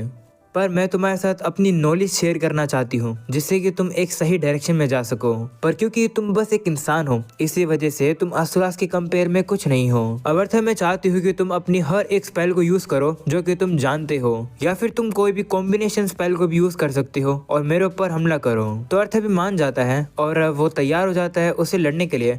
वो अब अपनी स्पेल को छोड़ने वाला ही होता है, पर तभी अब मायरे बता देती है कि अर्थर क्या करने वाला है। वो अब उसे कहती है कि तुम अपने राइट हैंड से कंप्रेस वाटर स्पीयर को यूज करने वाले हो और तुम अपने लेफ्ट हैंड से विंड को थोड़ा सा यूज करने वाले हो।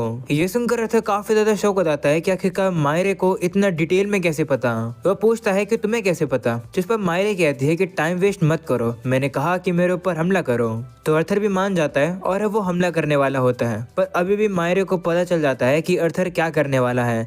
वो उसे कहती है कि तुम ग्राउंड को यूज करके मेरे ऊपर हमला करने वाले हो ना, पर मैं चाहती हूँ कि तुम ऐसा ना करो क्योंकि ऐसा करने से यहाँ की ग्रास खराब हो जाएगी। ये देखकर अर्थर फिर से काफी ज्यादा शौक हो जाता है और वो पूछने लगता है कि आखिर तुम्हें कैसे पता चल रहा है कि मैं क्या क्या करने वाला हूँ। तो मायरे कहती है कि मैंने तुम्हें ऑलरेडी बताया है कि यह एबिलिटी तुम्हारे पास ऑलरेडी है, मैं बस तुम्हें दिखा रही हूँ इसकी एक झलक। अगले सीन में हम लोग अब देखते हैं कि कुछ और दिन बीतते रहते हैं जहां पर अर्थर अब मायरे के साथ ट्रेनिंग करता है, जहां पर हम लोग अब देखते हैं कि अर्थर मायरे से हार चुका है, इसलिए वो अब उसे हील कर रही है। अर्थर अब काफी फ्रस्ट्रेट सा हो जाता है। वो कहने लगता है कि मुझे नहीं लगा था कि तुम अपनी हीलिंग को यूज करोगे बार बार मुझे इतना इंजर्ड करने के बाद। तो मायरे कहती है कि चिंता मत करो, तुम काफी जल्दी ताकतवर बन जाओगे, तुम्हें बस अपने माना को अच्छे से फ्लक्चुएट करना है जिससे कि तुम स्पेल को सेंस कर पाओगे। ये सब सुनने के बाद अर्थर अब कहता है कि तुम अगर मेरी चोटों को इतना जल्दी से हील कर सकती हो तो क्यों ना तुम मेरे पैर को काट ही दो और फिर अपनी हीलिंग पावर का यूज करके मेरे नए पैर उगा दो। तो मायरे कहती है कि नहीं, मैं ऐसा नहीं कर सकती हूँ क्योंकि एथर को एक लिमिट के पार यूज करने से काफी भुगतान करना पड़ता है। मैं थोड़ी बहुत चोट को हील तो कर सकती हूँ, पर अच्छी वाली चोटों को हील करने के लिए मुझे एथर को यूज करना होगा और फिर मुझे एक पर्सन की लाइफ को एक्सचेंज में लेना होगा। जो सुनकर अर्थर कहता है कि ऐसी बात है तो मैं प्रेफर करूंगा कि तुम मुझे बार बार इंजर्ड मत करो। तो मायरे भी अब कहने लगती है कि ठीक है, और अब अर्थर को फिर से समझाने लगती है कि आखिरकार तुम्हें अपने अपोनेंट की स्पेल को कैसे सेंस करना है। वो उसे चौकन्ना इसलिए कर रही होती है क्योंकि अर्थर के सामने ऐसे भी दुश्मन आ सकते हैं जो कि किसी झूठी स्पेल का नाम बोल के कोई और स्पेल यूज कर लें। अगर ऐसा होगा तो अर्थर काफी आराम से हार जाएगा।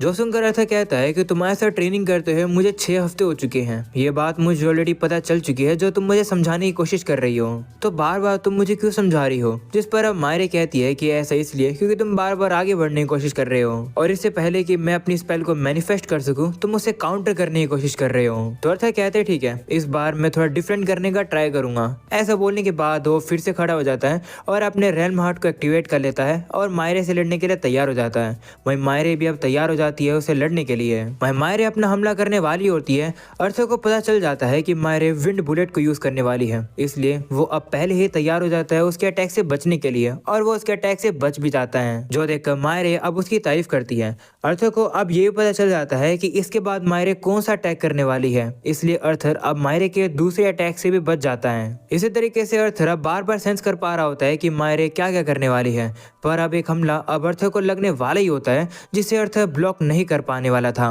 पर इतने में ही विजडम वहां पर आ जाता है, जो कि उस अटैक को रोक लेता है। उसे देखकर अर्थर भी हैरान हो जाता है और कहता है कि तुम यहाँ क्या कर रहे हो, जिस पर विजडम कहता है कि माफ करना, समय खत्म हो चुका है, हमारे पास समय काफी कम बचा है, इसलिए तुम और ट्रेनिंग नहीं कर पाओगे यहाँ पर। ऐसा बोलने के बाद अब विजडम मायरे के सामने अब बाउ डाउन करता है और कहता है कि इस तरीके से दखलंदाजी देने के लिए माफी चाहता हूँ। वहीं पर अब विजडम को मायरे के सामने बाउ डाउन करता हुआ देख अर्थर भी काफी हैरान हो जाता है और उसे अब समझ आ जाता है कि मायरे एक काफी हाई लेवल की पर्सन है इंद्रात क्लैन के अंदर। दूसरी तरफ विजडम अब मायरे से कहने लगता है कि इस तरीके से बिना नोटिस के आने के लिए माफी चाहता हूँ, पर लॉर्ड इंद्रात ने डिसाइड कर लिया है कि आखिरकार अर्थर का अगला इंस्ट्रक्टर कौन होगा और इसलिए वो अर्थर का वेट कर रहा है आने के लिए, इसलिए मुझे अर्थर को यहाँ से लेकर जाना होगा। तो मायरे भी कहती है ठीक है। ऐसा बोलने के बाद वो विजडम को बताती है कि अर्थर ने अपने रेल्म हार्ट के साथ काफी अच्छी ट्रेनिंग करी है, वैसे मैं अर्थर से काफी बार मिलना चाहती हूँ, तो कोई दिक्कत तो नहीं है ना। जिस पर विजडम कहता है नहीं कोई दिक्कत नहीं है, आप अर्थर से कभी भी मिल सकती हो। जिसके बाद अब अर्थर के जाने से पहले अब मायरे अर्थर से कहने लगती है कि याद रखना मैंने तुम्हें दुनिया के बारे में क्या क्या बताया है और इसी तरीके से अपने रेल्म हार्ट की ट्रेनिंग को कंटिन्यू करते रहना। तो अर्थर भी कहते हैं ठीक है। वो अब उसे कहता है कि जब अगली बार मैं तुमसे मिलूंगा तो मैं इसे पूरी अच्छे से मास्टर कर चुका हूँगा, तुम बस देखती रहना। ऐसा बोलकर अब अर्थर वहां से चला जाता है। वहां से अब जाते हुए विजडम अब अर्थर को ही देख रहा होता है, जिसे देखकर अर्थर कंफ्यूज हो जाता है और पूछने लगता है कि क्या हुआ, कुछ हुआ है क्या, तुम मुझे ऐसे क्यों देख रहे हो। जिस पर अब विजडम कहने लगता है कि अर्थर तुम सही में काफी ज्यादा लकी हो, लेडी मायरे तुम्हें हील करने के साथ साथ तुम्हें ट्रेनिंग भी दे रही थी। जो सुनकर अर्थर अब पूछने लगता है कि आखिरकार मायरे है कौन, जिस पर विजडम कहता है कि वो तुम्हारे लिए मायरे होगी पर मेरे लिए वो लेडी मायरे है। अगर उन्होंने तुम्हें नहीं बताया है कि वो कौन है तो मैं भी तुम्हें नहीं बता सकता हूँ। ये सुनकर अर्थर अब उसके साथ मस्ती करने लगता है। वो उससे कहता है कि जब मैं तुमसे पहली बार मिला था तब मुझे लगा था कि तुम एक काफी हाई लेवल के पर्सन हो, पर यहाँ तो तुमसे भी ऊपर वाले लोग हैं। जिस पर अब विजडम कहता है कि अपनी जबान संभाल के बात कर लड़के, भले ही असुराज की रैंक के अंदर मैं सबसे कमजोर हूँ, फिर भी इंसानों के अंदर जो कि डिकातन के अंदर है उन सभी में से मैं सबसे ज्यादा ताकतवर हूँ। ऐसा बोलने के बाद अर्थर को अब वो एक पोर्टल के पास ले आता है और कहता है कि चलो अब आगे बढ़ते हैं, तुम्हारा अगला इंस्ट्रक्टर तुम्हारा वेट कर रहा है, उससे ज्यादा वेट नहीं कराते हैं। तो अर्थर भी मान जाता है और अब वो विजडम के साथ उस पोर्टल के अंदर चला जाता है। उस पोर्टल से निकलने के बाद अर्थर अब देखता है कि वो एक ऐसी जगह पर आ चुका है जहाँ पर तो एक गड्ढा है। ऐसी जगह को देखकर तो अर्थर भी काफी ज्यादा कंफ्यूज हो जाता है और कहता है क्या मेरी अगली ट्रेनिंग सेशन यहाँ पर होगी। जिस पर विजडम कहता है हाँ, लेडी मायरे और मेरे साथ और कोडरी के साथ ट्रेनिंग करने के बाद तुमने मिली कॉम्बैट सीखी है, जो कि जरूरी थी वॉर को जीतने के लिए। अब तुमने यहाँ तक जो कुछ भी सीखा है तुम यहाँ पर उन सभी को इकट्ठा करोगे। उन्हें इकट्ठा करने के बाद तुम उन्हें अपने मैजिक के साथ और अपने मिली कॉम्बैट स्किल्स के साथ कंबाइन करोगे और उसे एक स्टाइल में बदलोगे। ऐसा करके तुम और भी पावरफुल हो जाओगे। तभी हम लोग अब देखते हैं कि अर्थर का अगला इंस्ट्रक्टर अब वहां पर आ चुका है, जो कि गड्ढे के काफी ज्यादा ऊपर खड़ा है। वो भी अर्थर को अब देखने के बाद कहता है कि तो ये है वो लड़का, मुझे नहीं लगा था कि यही पिद्दी वो हीरो होने वाला है जो कि हमें वॉर से जिताएगा। अर्थर की बेइज्जती करने के बाद वो नीचे छलांग मारकर अब नीचे आ जाता है। जैसे वो नीचे छलांग मारता है एक काफी बड़ा धमाका होता है, जिस वजह से वहां पर धुआं ही धुआं हो जाता है। धुएं की वजह से अर्थर कुछ देख ही नहीं पाता है। जैसे ही धुआं थोड़ा सा हटता है तभी एक रोबोट आकर अर्थर को पकड़ लेता है। वहीं वो जो रोबोट होता है वो अर्थर को कहने लगता है कि हेलो पिल्ले, कैसा है। उसे देखकर अर्थर अब ज्यादा कुछ रिएक्ट नहीं करता है। ये देखकर वो जो रोबोट होता है वो वहां से गायब हो जाता है और हम लोग अब देखते हैं कि अर्थर का इंस्ट्रक्टर उसी के अंदर था और वो नीचे आता है। वो अब कहने लगता है कि अर्थर तुम्हारा एक्सप्रेशन देखकर लगता है कि तुम डरे नहीं, बस तुम थोड़े बहुत सरप्राइज हो गए थे। जिस पर अर्थर भी कहता है हाँ। इसके बाद अब विजडम अर्थर को अपने अगले इंस्ट्रक्टर से इंट्रोड्यूस करता है और हमें पता चलता है कि इस इंस्ट्रक्टर का नाम है रैन। तो अर्थर भी उसे अपना इंट्रोडक्शन देने लगता है, पर अब रैन तो इंटरेस्टेड होता ही नहीं है। वो तो विजडम से बात कर रहा होता है और कहता है कि अर्थर लेट है, आखिरकार ह्यूमन सोसाइटी के अंदर ऐसे लोगों को क्या पनिशमेंट दी जाती है, क्या उस पर्सन की उंगली काट दी जाती है। ये सुनकर अब अर्थर डर जाता है और कहता है कि लेट होने के लिए ऐसी पनिशमेंट कौन देता है। वहीं अब विजडम भी रैन को समझाने लगता है कि हाँ, इंसान ऐसी पनिशमेंट नहीं देते हैं लेट होने पर। ये सुनकर रैन अब थोड़ा सा डिसअपॉइंट सा हो जाता है और कहता है कि काफी बुरी बात है। वैसे ही इंसानों के पास काफी ज्यादा कम लाइफ स्पैन होती है, तो उन्हें तो समय की ज्यादा इंपॉर्टेंस होनी चाहिए। पर कोई बात नहीं, अगर तुम आ गए हो तो शुरू करते हैं। ऐसा बोलने के बाद वो काफी तेजी से घूमता है और उसका जो कपड़ा होता है वो अर्थर का मुंह ही फोड़ देता है। इसके बाद अब उनकी ट्रेनिंग शुरू होने वाली होती है। ट्रेनिंग शुरू होते ही रैन अब अर्थर से कहता है कि शुरुआत में मैं चाहता चाहता हूँ कि तुम अपने कपड़े उतार लो। ये सुनकर अर्थर अब ज्यादा शौक नहीं होता है। वो कहता है ठीक है, तुम अजीब हो, तुम यही कहोगे। ऐसा बोलने के बाद अर्थर बिना कंप्लेन करे अपने कपड़ों को उतार लेता है। और हम लोग भी अब देख सकते हैं कि भाई अर्थर की काफी ज्यादा खतरनाक बॉडी है। अर्थर अब रैन से कहने लगता है कि इतना काफी है क्या, या फिर मैं अपना कच्छा भी उतारूं। जो सुनकर अब रैन कहता है कि तू एक सेवियर है इंसानों का और तू बड़ी बड़ी बातें करता रहता है। हाँ, ऐसा बोलने के बाद वो अर्थर के हाथों से सिल्विया का पंख निकाल लेता है और उसे देखने लगता है और कहता है कि ये तो एक ड्रैगन का पंख है। ये एक काफी ज्यादा ही रेयर क्राफ्टिंग मटेरियल है, तुम जैसे पर्सन के ऊपर तो ये वेस्ट हो रहा है। ये सुनकर अर्थर अब हैरान हो जाता है और कहता है क्या ये एक क्राफ्टिंग मटेरियल है। जिस पर विजडम कहता है हाँ, हमारे जो पंख होते हैं उनके अंदर यूनिक प्रॉपर्टीज होती है। जब से हमारा जन्म हुआ है तब से हम लोग अपने पंख नहीं गिराते हैं, पर अगर कोई ड्रैगन तुम्हें अपना पंख देता है तो इससे पता चलता है कि वो तुम पर ट्रस्ट करता है और तुम्हें पसंद करता है। ये सुनकर अब अर्थर सोचने लगता है कि सिल्विया ने उसे अपना पंख दिया था, यानी कि इसका ये मतलब है कि वो अर्थर पर विश्वास करती थी। ये जानकर अब अर्थर काफी ज्यादा खुश हो जाता है और कहता है कि मुझे कभी नहीं पता था इसके बारे में। ये सब देखकर अब रैन वहां पर आ जाता है और अब वो अर्थर को पकड़कर कहता है कि अपनी पक पक बंद करो। ऐसा बोलने के बाद अब वो अर्थर को अब अच्छे से एग्जामिन करने लगता है और उसका नाप लेने लगता है। जिसके बाद अब वो अर्थर को अपने सभी एलिमेंट्स को यूज करने के लिए कहता है और कहता है कि सिर्फ अपने राइट हैंड से ही यूज करना। सबसे पहले वो अर्थर को स्टोन पिलर बनवाने के लिए कहता है जिसकी हाइट 2.5 मीटर हो और उसका जो रेडियस हो वो 20 सेंटीमीटर का हो। ये सुनकर अर्थर कंफ्यूज हो जाता है और कहता है क्या। तो अब रैन कहता है कि ज्यादा सवाल मत पूछो। तो अर्थर भी मान जाता है और अब वो स्टोन पिलर बनाता है। इसके बाद वो एक एक करके रैन को अपने सभी एलिमेंट्स दिखाता है। वो सारी चीजें कंप्लीट होने के बाद रैन कहता है कि बेसिक मेजरमेंट भी हो चुकी है और सभी कैलकुलेशंस भी कंप्लीट हो चुके हैं। अब देखते हैं कि आखिरकार तुम अपने माना आर्ट को एक बैटल में किस तरीके से इफेक्टिव तरीके से यूज करते हो। चलो शुरू करते हैं। ऐसा बोलने के बाद वो एक गोलम बना देता है जो कि अर्थर के ऊपर हमला करने वाला होता है। वो अब अर्थर से कहता है कि अभी इसके ऊपर स्पेल का हमला करो। तो अर्थर भी मान जाता है और अब वो स्पेल का हमला करके उसे तोड़ देता है। पर तभी अर्थर देखता है कि वहां पर तो एक और गोलम आ गया है। तो अर्थर अब उससे भी लड़ने वाला होता है, पर इतने में ही अचानक से एक और पीछे से गोलम आ जाता है जो कि अर्थर के ऊपर हमला करके उसे हरा देता है। जो देखकर रैन भी अब अर्थर की बेइज्जती करने लगता है और कहता है कि तुम्हारी स्पेल तो मिस हो गई है। ये देखकर अर्थर को गुस्सा आ जाता है। वो अब कहता है कि मुझे नहीं पता कि आखिरकार तुम ये सब क्यों करवा रहे हो मुझसे, पर तुम्हारी जो ऑब्जर्वेशन है वो काफी सब्जेक्टिव लग रही है मुझे।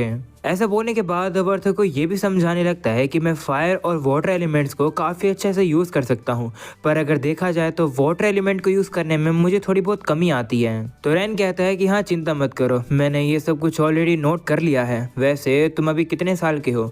तो अर्थर कहता है कि मैं बस 15 साल का होने ही वाला हूँ। तो अब रैन कहते हैं ठीक है चलो अब वो टेस्ट करते हैं। ऐसा बोलकर अब वो कहता है कि चलो हम लोग इस बार लॉन्ग रेंज माना मैनिपुलेशन एनालिसिस करेंगे जहाँ पर तुम्हें लॉन्ग रेंज करने होंगे। तो अर्थर भी मान जाता है। जिसके बाद हम लोग अब देखते हैं कि अर्थर से लड़वाने के लिए रैन अब वहां पर काफी सारे गोलम्स को ले आता है। जो देखकर अर्थर अब काफी ज्यादा हैरान हो जाता है और कहता है कि आखिरकार तुम एक बारी में कितने सारे गोलम्स को बना सकते हो। जिस पर रैन कहता है कि वो तो डिपेंड करता है कि आखिर गोलम कितने कॉम्प्लेक्स हैं। वैसे अभी के लिए मैंने 1000 गोलम्स को निकाला है, जाओ जाकर इनसे लड़ो अपनी पूरी ताकत में। तो अर्थर भी कहते हैं ठीक है। इसी के साथ वो अपने रेलम हार्ट को यूज करता है और अपने सभी एलिमेंट्स को यूज करके अब उन गोलम्स को काफी अच्छी टक्कर देखता है। देखते देखते हम लोग अब देखते हैं कि अर्थर अब उन सभी गोलम्स को हरा देता है और अब वो रैन से आकर कहता है कि कैसा लगा, अब आगे मुझे क्या करना है। ये देखकर रैन भी अब खुश हो जाता है और अब वो अर्थर से कहता है कि लगता है कि तुम्हें मजा आने लगा है। जिसके बाद वो अर्थर से कहता है कि मुझे तुम्हारी और भी फिजिकल एबिलिटीज के बारे में जानना है। विजडम ने मुझे बताया है कि तुम स्वॉर्ड को अच्छे से यूज कर सकते हो और साथ में कोडरी के इंस्ट्रक्शन के अगेंस्ट तुमने कॉम्बैट ट्रेनिंग सीखी है। मुझे दिखाओ कि आखिरकार तुम्हारा एक वेपन क्या है जो कि तुम बैटल के अंदर यूज करते हो। तो अर्थर भी मान जाता है और अब अपनी वही तलवार को बाहर निकालता है, जिसे देखकर रैन अब काफी ज्यादा हैरान हो जाता है क्योंकि वो जो तलवार होती है वो स्टार्टिंग में तो एक छड़ी सी ही दिखती है। रैन अब उस तलवार को अर्थर से ले लेता है और उसे देखकर हंसने लगता है, जिसे देखकर अर्थर कहता है कि ये जो तलवार है ये कोई छड़ी नहीं है, इस तरीके से हंसना बंद करो, रुको मैं दिखाता हूँ कि ये तलवार है। ऐसा बोलने के बाद वो अब उससे वो तलवार लेकर उसे खोलने वाला होता है, पर तभी रेन उसे रोक लेता है और कहता है कि चिंता मत करो, मुझे पता है कि ये क्या है। ऐसा बोलने के बाद रेन अब उस तलवार को खोलने वाला होता है, जिसे देखकर अर्थर कहता है कि ये तलवार तुमसे नहीं खुलेगी क्योंकि इसके साथ सिर्फ मैं ही बॉन्डेड हूँ, तो इसे सिर्फ मैं ही खोल सकता हूँ। पर तभी हम लोग अब देखते हैं कि रेन तो उस तलवार को काफ़ी ज़्यादा इजीली खोल देता है, जो देखकर अर्थर काफ़ी ज़्यादा शॉक हो जाता है और कहता है कि तुम इसे कैसे खोल पाए, कहीं ऐसा तो नहीं कि तुम एक असुरा हो इसलिए तुम इस तलवार को खोल पाए हो। जिस पर रेन कहता है कि नहीं, ऐसा कुछ भी नहीं है, मैं इस तलवार को इसलिए खोल पाया हूँ क्योंकि इस तलवार को मैंने ही बनाया है। यह सुनकर अर्थर अब काफ़ी ज़्यादा हैरान हो जाता है और अब वो याद करता है कि किस तरीके से उसे ये तलवार मिली थी। उसे ये भी याद आता है कि सलवार के ऊपर डॉन बैलेट W.K.4 लिखा हुआ था। वहीं अब अर्थर काफी ज्यादा हैरान होकर अब रेन से कहता है कि एक सेकंड, इस तलवार को तुमने बनाया है तो आखिरकार ये डिकाथन के अंदर क्या कर रही थी। तो रेन कहता है कि ये जो तलवार है ये मेरे एक्सपेरिमेंटल वेपन में से एक है, तुम ये कह सकते हो कि ये तलवार मेरी एक फेलियर है, मतलब ये बेकार की तलवार है। जब मैं बीस्ट ग्लेड के अंदर आया था मिनरल्स को इकट्ठा करने के लिए, तब मैंने इस तलवार को वहीं फेंक दिया था। मैंने इसे वहाँ इसलिए फेंक दिया था क्योंकि मुझे लगा था कि कोई भी पहचान ही नहीं पाएगा कि ये एक तलवार है। पर अब ये काफ़ी ज़्यादा हैरान करने वाली बात है कि किसी के पास ये तलवार है, यानी कि तुम्हारे पास। क्या ही कोइंसिडेंट है। ऐसा बोलने के बाद वो काफ़ी ज़्यादा सोचने लगता है। तभी अर्थर अब उससे कहता है कि एक सेकंड, तुम कह रहे हो कि ये तलवार तुम्हारी एक फेलियर है, पर ऐसा कैसे हो सकता है क्योंकि आज से पहले मैंने कभी भी इतनी कमाल की तलवार अपनी ज़िंदगी में कभी नहीं देखी। जिस पर अब रेन कहता है कि ये तलवार इतनी भी कुछ खास नहीं है, इसे बनाने का आइडिया मुझे तब आया होगा जब मैं नशे में हूँ, बल्कि मैं जो तलवारें बनाता हूँ वो तो इससे भी ज्यादा कमाल की होती है, उनके कंपेयर में तो ये कुछ भी नहीं है। ये सब सुनने के बाद विजडम अब रेन से कहता है कि क्या तुम अब इंटरेस्टेड हो, क्योंकि अब तुम्हें समझ आ गया होगा कि अर्थर तुम्हारी ही तलवार को यूज कर रहा है। क्या तुम अब वो करोगे जिसके बारे में मैंने तुमसे कहा था। ये सुनकर अर्थर कहता है कि आखिर तुम लोग किसके बारे में बात कर रहे हो। तो विजडम अब अर्थर से कहता है कि मैं तुम्हें रेन के पास इसलिए लाया हूँ क्योंकि मैं चाहता हूँ कि तुम दो चीजों को कंप्लीट करो। पहला ये है कि पहले मैंने तुम्हें मेंशन कर दिया है कि रेन के जो मेथड्स हैं वो काफ़ी अनकन्वेंशनल हैं, पर फिर भी रेन के पास ये काफ़ी कमाल की आंखें हैं जो कि प्रैक्टिकल आर्ट ऑफ कॉम्बैट कराने में तुम्हारी काफ़ी मदद करेगी। और जो दूसरी चीज़ है जिसकी वजह से मैं तुम्हें यहाँ रेन के पास लेकर आया हूँ वो ये है कि मैं चाहता हूँ कि रेन तुम्हारे लिए एक तलवार बनाए जो कि तुम्हारे खुद के कॉम्बैट के फॉर्म के लिए एकदम परफेक्ट रहे। यह सुनकर अब अर्थर भी काफ़ी हैरान हो जाता है और अब वो रेन से कहता है क्या ये सच बात है, क्या तुम सही में मेरे लिए एक तलवार बनाओगे, यानी कि क्या तुम तलवार को फोर्ज करोगे। तो अब रेन कहता है कि मैं तलवार को फोर्ज नहीं करता हूँ, मैं उन्हें क्रिएट करता हूँ। ऐसा बोलकर अब वो अर्थर से कहता है कि मैंने तुम्हें ट्रेनिंग करवाने के लिए इसलिए ही हाँ करी है क्योंकि मैं लॉर्ड इंद्रात को एक फेवर ओ करता हूँ। वो जो फेवर है इसमें ये बात नहीं आती है कि मैं अपना टाइम वेस्ट करूंगा तुम्हारे लिए तलवार बनाने के लिए, पर फिर भी कोई बात नहीं, मैं तुम्हारे लिए तलवार बना दूंगा। ऐसा बोलकर अब अर्थर से कहता है कि लेकिन अभी के लिए मैं डॉन बैलेट को अपने पास ही रखूंगा। और अब इसी के साथ हम लोग इस एपिसोड को यहीं ख़त्म कर देते हैं। उम्मीद है कि तुम लोग ये एपिसोड पसंद होगा, पसंद हो तो लाइक कर देना। एंड दिल से सॉरी यार, मैं किसी भी चैनल पर अभी टाइम से वीडियोस अपलोड नहीं कर रहा हूँ। इसका मेन कारण यही है कि यार मेरे गला पूरी तरीके से ख़राब हो चुका था बीच में, तो आवाज़ वगैरह मेरी निकल ही नहीं रही थी, पर अभी थोड़ी बहुत ठीक हुई है, पर अभी तुम्हें थोड़ी बहुत अलग लग रही होगी।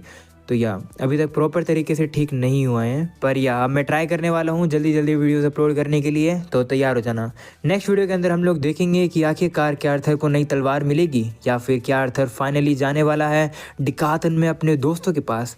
आगे के एपिसोड काफ़ी इंटरेस्टिंग होने वाले हैं। मेक श्योर तुम लोग चैनल को सब्सक्राइब करके और नोटिफिकेशन यहाँ से ऑन कर देना, जिससे कि नेक्स्ट एपिसोड जैसे आए तुम लोग को पता चल जाए। और लाइट आज के लिए इतना ही, मिलते हैं नेक्स्ट वीडियो के अंदर, तब तक के लिए पीस आउट।